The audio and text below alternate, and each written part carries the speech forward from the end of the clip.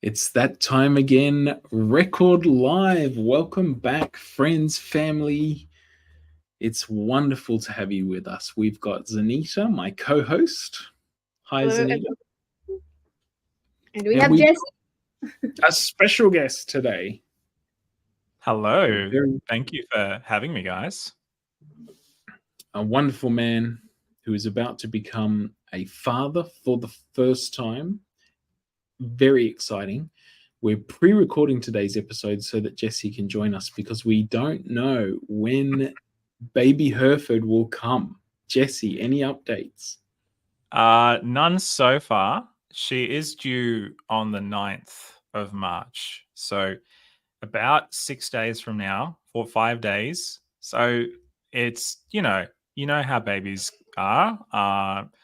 Jared, you know better than the rest of us. They sometimes on time, but I think more likely they're usually early or late. I don't know that they ever really arrive when they're supposed to, according to the doctors. 4%.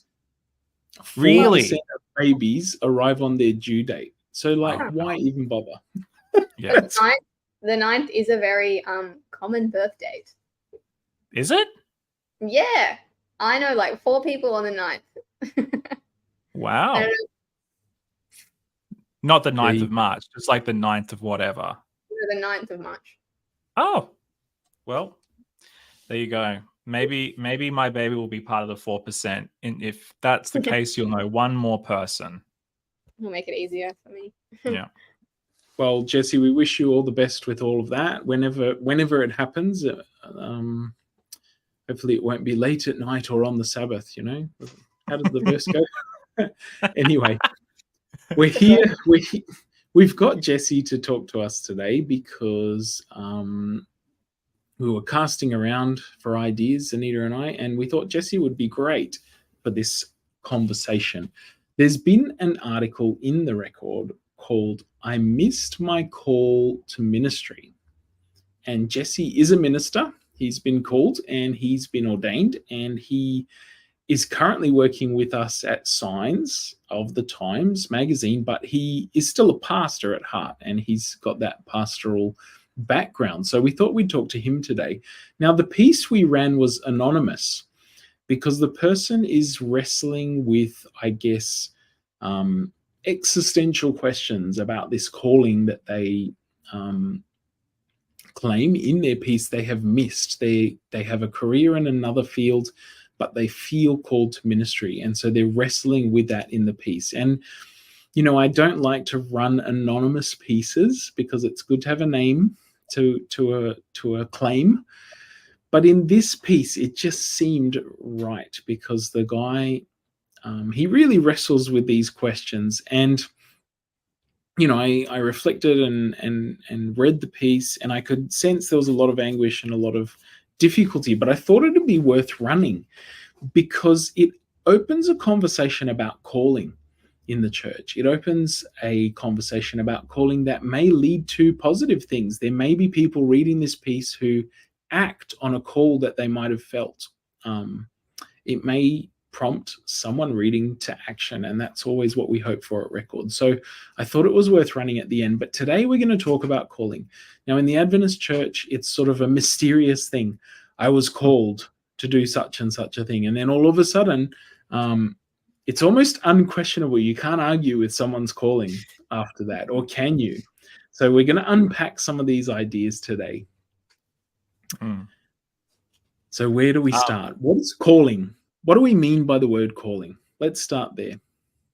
Sure. Well, calling is it's a theme that runs all throughout the Bible, from the Old Testament to the New.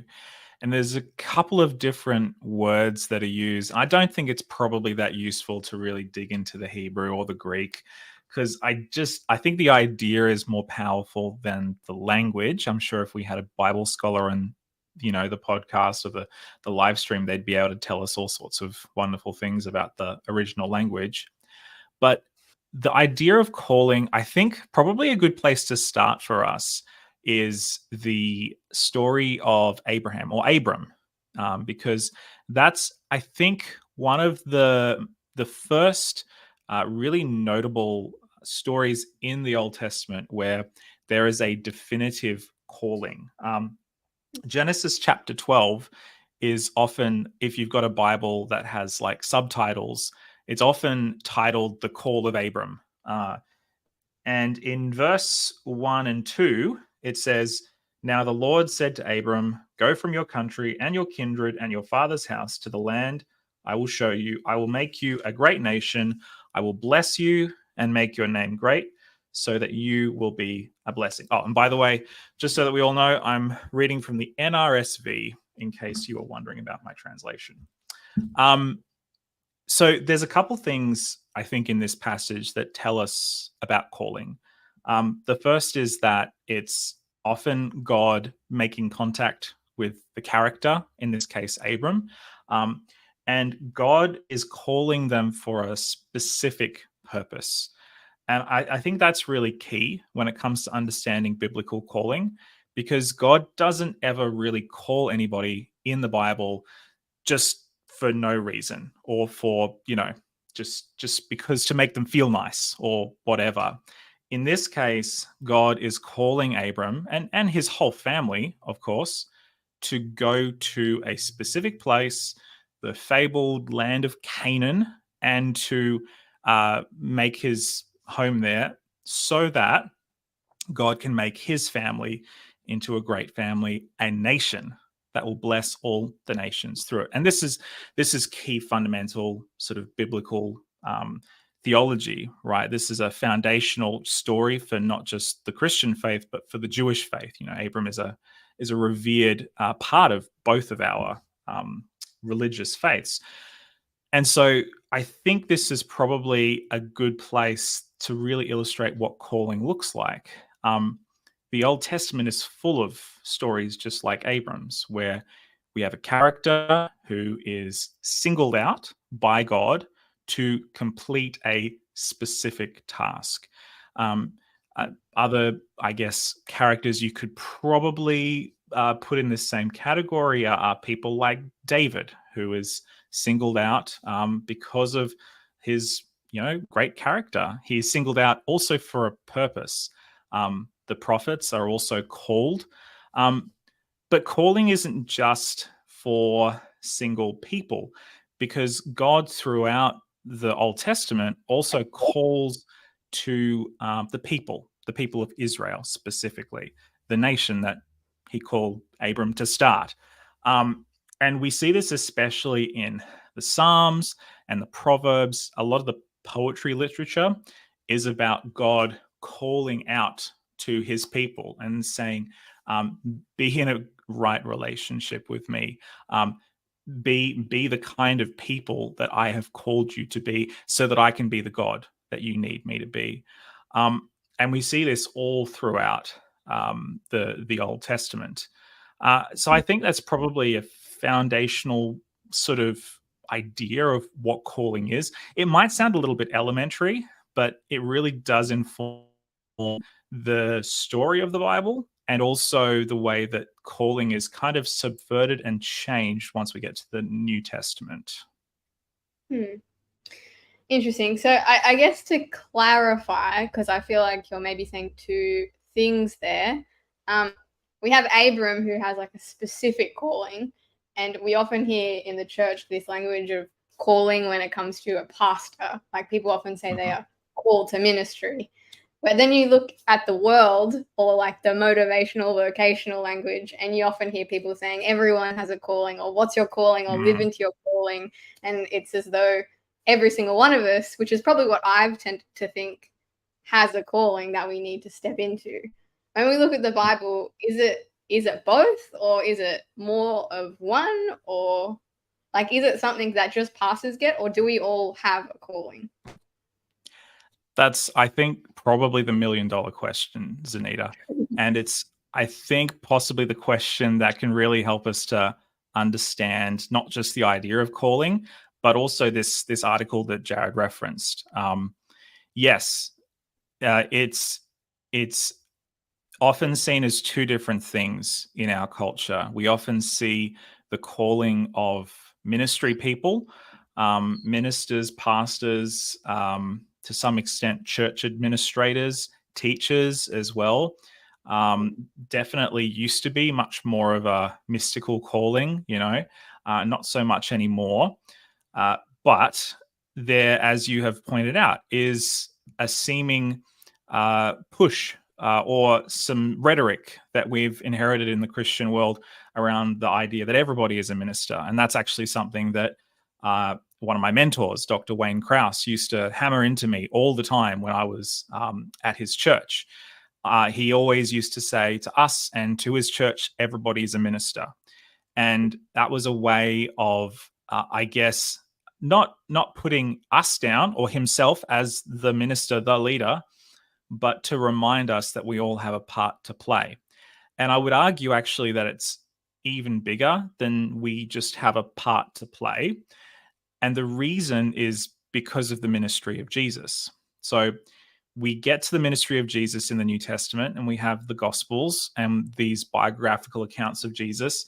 And he, as a figure, as a messianic figure, as a man, as a God, as all of these things wrapped into one, which is a incredibly mysterious thing.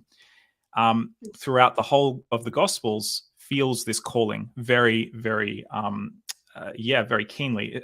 We only have to see, Luke's account to see even a child Jesus who is in the temple and who gets separated from his parents. Even as a kid, he feels this calling as he talks to the Pharisees and the religious leaders. And he feels that throughout the whole of his ministry in Israel. But really interestingly, when Jesus speaks to his disciples about the things that he is, I guess, setting them up to do. So we have this sense in many different parts of the Gospels where Jesus is trying to prepare his disciples for when he's going to leave. There's the stories about the Holy Spirit, and Jesus says things like, all these things that I'm doing, all the healing and the teaching and the casting out of demons, you're going to do even greater things than what I've done. And there's sort of a sense of, well, you're our rabbi and we're your apprentices. Doesn't that mean that we cannot eclipse what you are doing? And we even see this in the Last Supper where Jesus is washing his disciples' feet, and it's very kind of controversial. And they're like, I don't understand what this is like. There's a lot in that. But when Jesus dies and then rises from the dead, he doesn't start a new movement. He sticks around for, the Bible tells us 40 days or so, and then he ascends to heaven. And the disciples are then kind of left like, what are we going to do now? And then, of course, as the story moves on, we have Pentecost, we have the Jerusalem Council, we have the ministry of Paul and Silas and Barnabas and all of these early figures going throughout and spreading the good news everywhere. And that's when we get to the New Testament. And, scholars kind of think of 1 Corinthians being roughly one of the earliest pieces of Christian writing, like chronologically, to have been produced. And so when we get to 1 Corinthians, we have Paul talking to the church and saying that you have been called. I have been called as an apostle, and then you have been called as well. So what is he talking about? Well, in Pauline theology, we see this kind of switch where he talks about what Jesus has done. And there's the process through which, one becomes an apprentice. But the calling of being a follower of Jesus is not just to kind of learn what Jesus learned. It's also to step in line with what Jesus is doing in the world. And with the Holy Spirit as our guide, it's almost like, I've started to try and use the word apprentice more than disciple or apostle or whatever, because I think it better illustrates and explains what it is that we're doing when we become followers of Jesus. We're not just following him, we're actually trying to be like him. And so in the same way that an apprentice builder works their way up from year one until they graduate to become a builder in their own right. It's not that we're not becoming another Jesus, but we are being like Jesus, and we are being molded into his spirit, into his image, with the Holy Spirit. And so when it comes to calling, there's a switch, because with Abram or the prophets or David or any of these Old Testament characters, or even Jesus himself, there's this sense in which, well, God has called you specifically. He calls Abram and not Bob, Abram's neighbor down the road. He calls David and not, Joshua, the kid next door. But with the New Testament and with being a follower of Jesus, there's a sense now in which I have agency of stepping into the life and the ministry of Jesus by apprenticing to him, which has now been made available to me because of Jesus's life, death, resurrection. I now get to step into something bigger than myself to be part of what Jesus is doing in the world. And so in that sense, I am called to, even though perhaps God didn't peer down from heaven, say, hey, Jesse, I pick you, right? If that makes sense. And look, I'm very conscious of the fact that I've been talking for a long time, so somebody else jump in. Look, so it's interesting. You've taken us on a bit of a tiki tour through the biblical idea, but I guess in modern Adventist conception of calling, there's sort of almost a split thing where we have a calling as a people. We have a special mission that we believe. We are all to expound the everlasting gospel, the three angels' messages to people around the world. We've got a special message for a special time. That's what we believe as Adventists that we're all to be doing as Adventist church members. I think there is that sense of corporate calling, that sense of priesthood of all believers. We're supposed to be all on mission, if you will. But we have almost a stratified sense of the calling. The individual calling still exists, and it's just for ministers, which is interesting because you say that that's somewhat flipped from the Old Testament to the New Testament. But in the Old Testament, we had the priesthood, which was the Levites. It wasn't a calling based on an individual's gifts or talents per se. It was a hereditary priesthood. It went from that tribe. They had roles in the different families, but they were essentially the clergy class, the priests. They did all the temple roles. They did all of that stuff. And then you don't have that so much in the New Testament, but you do have spiritual gifts, and those are then available to everyone. So it's almost switched around, where it's everyone has a spiritual gift, but what is yours going to be, and how are you going to do that? And yet in our church, we do seem to have a very special sense of individuals are called to pastoral ministry and have to have a very clear and very special and very set apart sort of call. We expect that. People claim that. They say, I'm doing this because I was called, and it means a whole heap of things. There's a whole heap of baggage behind that. So I guess that's an interesting question to me, in how calling has changed. You've highlighted how it's changed sort of through the Bible, and we do all have a calling to be sharing the gospel. But how do we know if it's an individual calling? How do we know if God is speaking directly to us to do a certain thing, or we should just take his more broad instructions? We should all be spreading the gospel. I think the first thing is to say it takes a certain level of audacity to feel like you're called to be a minister. I think the same kind of audacity that it takes to start a YouTube channel or to write a book or to start a podcast. Because essentially what you're saying is that I feel a call to share publicly my thoughts or ideas with the world in a way and in a medium that everybody is going to, some people are going to have to listen to. So, for my own part, I suppose, call to ministry for me was something that I didn't want to feel because I guess thought, well, the call to ministry is something that happens to people who are naturally gifted or who are obviously destined for a certain role.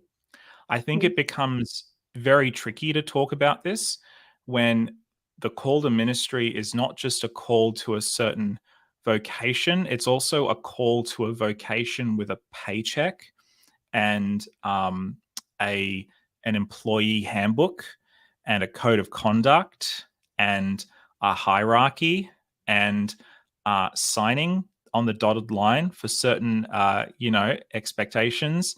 When I started in ministry, I had to fill out a bunch of paperwork saying that if I do this, that, or the other thing, it could be grounds for termination. And that's just normal for anybody who's getting a job. But all that to say, it becomes complicated when you're calling, when you say to a potential organization, I'm called to work at your organization. I don't know that there's any other arena in life where this is true. I mean, if you're a tech, a software engineer, you don't just turn up to Apple and say, I feel called to work at Apple and to create whatever, that just doesn't happen. You have to go through all the normal processes. And, there are processes you have to go through to become a minister, and there are processes you have to go through to get through your internship and then to be a licensed pastor and then eventually an ordained pastor. That's all fairly normal, but I guess, the question that you're asking is really like, what's the difference between feeling called to be a professional minister in the context of a denomination and just feeling like I have gifts of teaching, of shepherding, of all the things that you would normally associate with a leader. And it's tricky because when you look at the early church, you definitely had people we have a saying, the road to Damascus. I had a road to Damascus experience that's become shorthand for just, a momentous event that took me out of my comfort zone and shocked me and put me in a completely different direction. That's what we have with the Apostle Paul, obviously. And he's somebody who's obviously... And it's quite confusing if you talk about that. Sorry to jump in, but that opposite direction, because some people will claim, I didn't want to do this, or I don't have the gifts and talents to do this, but I'm called to do this, so I have to do this. Do you understand? Yeah. People will say that, and it may not be about pastoring even, but it's like, I need to start this ministry, or I need to do this, and actually I didn't want to do it, but God made me do it almost. I've met people like that. I'm one of the people in my class when I started at Avondale said to everybody very proudly, I don't really like people, just in general, but I feel called to ministry, therefore here I am, and I'm just, when it comes to those kinds of people, I don't know where he is now, to be frank, when it comes to those kinds of stories of, I didn't really want to do this, or I don't feel like, I don't want to be a preacher, I don't want to be a teacher, I don't want to be a leader in a church, but I feel called to ministry. Yeah, it's very, very hard, because calling, I think this is not heretical to say, but we'll poll the room after this. I think calling can only get you so far. It's all very well to be called, and somebody can be absolutely called by God, but if you don't do anything with that calling, or if you step into that calling and don't do the work to attain it, I don't see how it can end up any other way than disastrous. I think that we have some pretty clear examples of that in the Bible. I I think of people like David, who clearly had a calling to be a great leader, Israel's greatest king, and yet at the very end of his life, he fumbles the bag and ends his kingship disastrously. There are many prophets like that as well. Even Abram. I mean, for goodness sakes, Abram gets called by God. He goes out, and the very first story in Genesis chapter 12 is of him going to Egypt, selling out his own wife, pretending like she's his sister. And for some reason, God, in his infinite wisdom and love, decides to stick with Abram. And so, look, I think God can stick with people and work through their flaws. But I think you also have to be willing to work through it. And one thing I was going to say is it's difficult. It's difficult to think. It's difficult to have a perfect parallel from a biblical standpoint of calling when you think of the fact that in the early church you had guys like Paul and Barnabas and so forth who were going around planting churches. So they were fulfilling the role of evangelists. They were fulfilling the role of church planters, of leadership gurus, pastoral care experts. But Paul, from what we can tell in the text, was also kind of bivocational. Like he was selling tents and stitching up canvas and all that sort of stuff to pay for a lot of this. And he did have a lot of financial support. We know that from his letters. He would often thank such and such for generously supporting, and he would ask for, support from various other churches. But he wasn't an employee of the conference, and he wasn't receiving a regular paycheck, and neither were any of the pastors, quote unquote. The biblical writers would probably more like call them elders, who were part of the day-to-day running of these churches that Paul was starting up. None of them were on the payroll. None of them were part of the conference staff, and none of them had super. It was a volunteer thing, and we don't see the professionalization of the clergy until a couple hundred years later. We had bishops and we had priests and all that sort of stuff as the church progresses and becomes more of an institution. And I'm not let's glamorize the past and just go back to the way they did it in the first century, because that's clearly much better. Organizations, movements eventually become institutions. That's just how it is. And as much as many of us would like that not to be the case, I think it's almost inevitable. So the professionalization of clergy and the confusion between calling and profession is a really difficult conundrum. And I don't know that I have a definite good answer for that, aside from saying that I'm not a practicing pastor at the moment. I didn't stop being a pastor, though, when I came and worked at Signs of the Times. Some people may not see it that way, but that I do see it that way. So, yeah. Awesome. I love those thoughts. The author in the article, and the anonymous author, he also wrote that he had all of the markers that the Bible suggests to be called into ministry.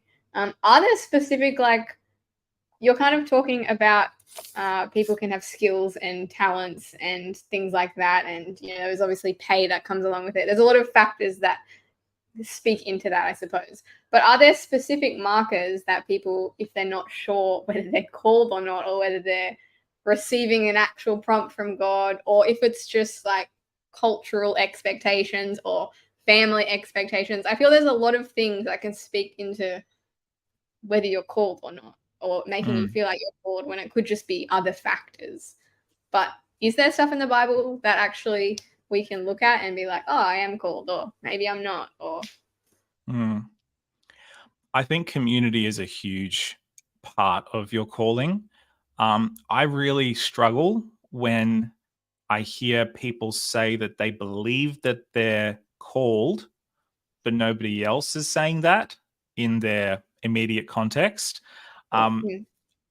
For my part, I didn't feel the call until my church community started to affirm things in me in terms of leadership, in terms of teaching ability, in terms of working with people, because I've done that ever since I was, 12 or 13. I would, go and be like my local youth director's little minion, running around, helping to set up things, going to big camps, doing tents, doing sound desk, playing my violin, blah, blah, blah, all that sort of stuff that a lot of us did when we were growing up. And so it's through that I was exposed to people who were in ministry professionally and who were doing things and who not only had an opportunity to affirm things that they saw in me, but also had opportunities to build capacity in me in some of these various ways. I don't know if this is heretical, so I seem to be saying that a lot. I do think that pastoral ministry is something that you can volunteer to do. I think it is, because if it were not the case that you could volunteer, then I think the pool would be very extraordinarily small. And I think that not every church needs a paid minister. I don't want to, devalue the work that many of my amazing colleagues do, but I also do think that different churches have different needs, and that every church needs leadership, and that doesn't always necessarily need to come from a minister. But I think more than anything else, when we elevate the call of the few, the lucky ones, and if that's the categories we're using, then I count myself as one of the lucky ones. I've had my fair share of challenges. I've had my fair share of moments where I didn't feel like I was enough, or, I was so frustrated that I felt like throwing in the towel. Wasn't sure if I was going to get a job next year or what the future might bring. But I'm here. I'm still working in the church. I'm ordained. I feel fulfilled in what I'm doing. And I have immense empathy for people for whom that's not the case, who feel like they've had a calling. For our friend here, our anonymous friend, who feels like he's missed his calling. I have friends who graduated and did their masters and did that and the other thing, and did Bible studies, and they worked in a church volunteering after, trying to, hold down a full-time job elsewhere, and they still didn't get called to ministry. That's just heartbreaking, because, as I said again, it's complicated when a paycheck is involved, because it's not just about your calling on a spiritual sense. There's a lot of other really practical things that go along with it.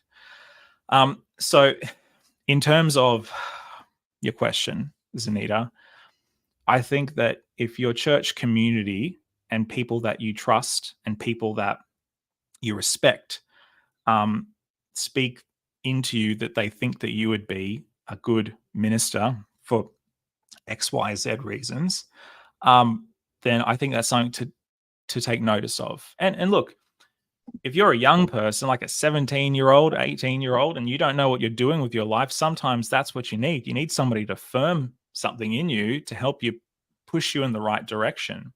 Or maybe you're a 28 or 38-year-old and you want a change of career, and you're, in your local church. That's also a great opportunity. When I was at Avondale, there were a number of folks in my class who were in their 30s, 40s, one or two even in their 50s, who, heeded that call. And that's a huge sacrifice. And not everybody's ministry journey ends in the same place. I didn't think that I would end up in this place working with you guys, but here I am. And I'm not sorry, and I'm not, mad about that in the slightest. I'm happy. I'm really happy that I followed that. And you could say in a way that, Jared, you kind of called me, or that God called me through you, or something. I don't know how you want to conceptualize it, but I think that you should also be open to whatever it is that God is calling you to, whether it's full-time ministry, bivocational ministry, or ministry in a different context. It's all ministry, in my estimation.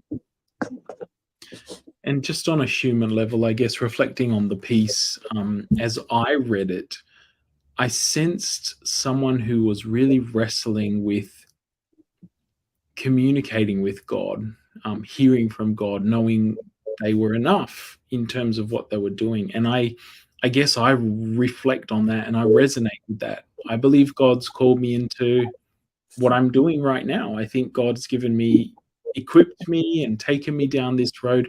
But that doesn't mean there aren't seasons in my life where I really wrestle with, was it really God or was I just making it up? Did God have a different plan? Or is there one perfect plan for my life? And if I make a mistake, I've ruined the plan. Like, I think Moses, who came to rescue the Israelites at 80 years old, shows us that there may, it's never too late. And also that God's path, God's plan for our lives isn't always clear. We don't always see it, and we don't always know in the midst of it. We've talked about this, Anita, before. Like, you can wrestle with things and not hear from God for a season, and there's a lot of doubt, there's a lot of fear. It's a struggle. And I think for myself, reading this piece, I was resonating with that on a human level. I just felt this guy's struggle, and I was like, wow, I feel that, because I've had seasons where it's been hard to know. And then you look back and often you see, actually, God really led me through. I was waiting for God and he showed up. Eventually he showed up. But while you're waiting, it can be quite difficult. So I think that's something for us all to remember, no matter what God has called us to. He has called us and he does care. And he is working with us, and it's never too late to work for him and to be more and more like him. As Jesse started off by saying, we have the ministry of Jesus, to be more like Jesus, to be apprentices. I really like that picture, that visual picture of being an apprentice of Jesus and trying to share Jesus with the world around us. We always end on a practical note, and we've run out of time. It's been a really rich conversation today. Both of you, Zanita, Jesse, what's something you can take away this week that can either encourage you or you can think further about, that challenged you, something you'd like to see yourself do in the next week that's come out of this conversation today? You want to go first, Anita? You go. Okay. One passage I want to leave us with, and it's maybe a little bit of a weird one. It's 1 Corinthians 7, verse 21. And Paul is saying, were you a slave when called? Do not be concerned about it. Even if you can gain your freedom, make use of your present condition now more than ever. Now, there's a lot that we could talk about in this passage. We could talk about the Bible's stance on slavery.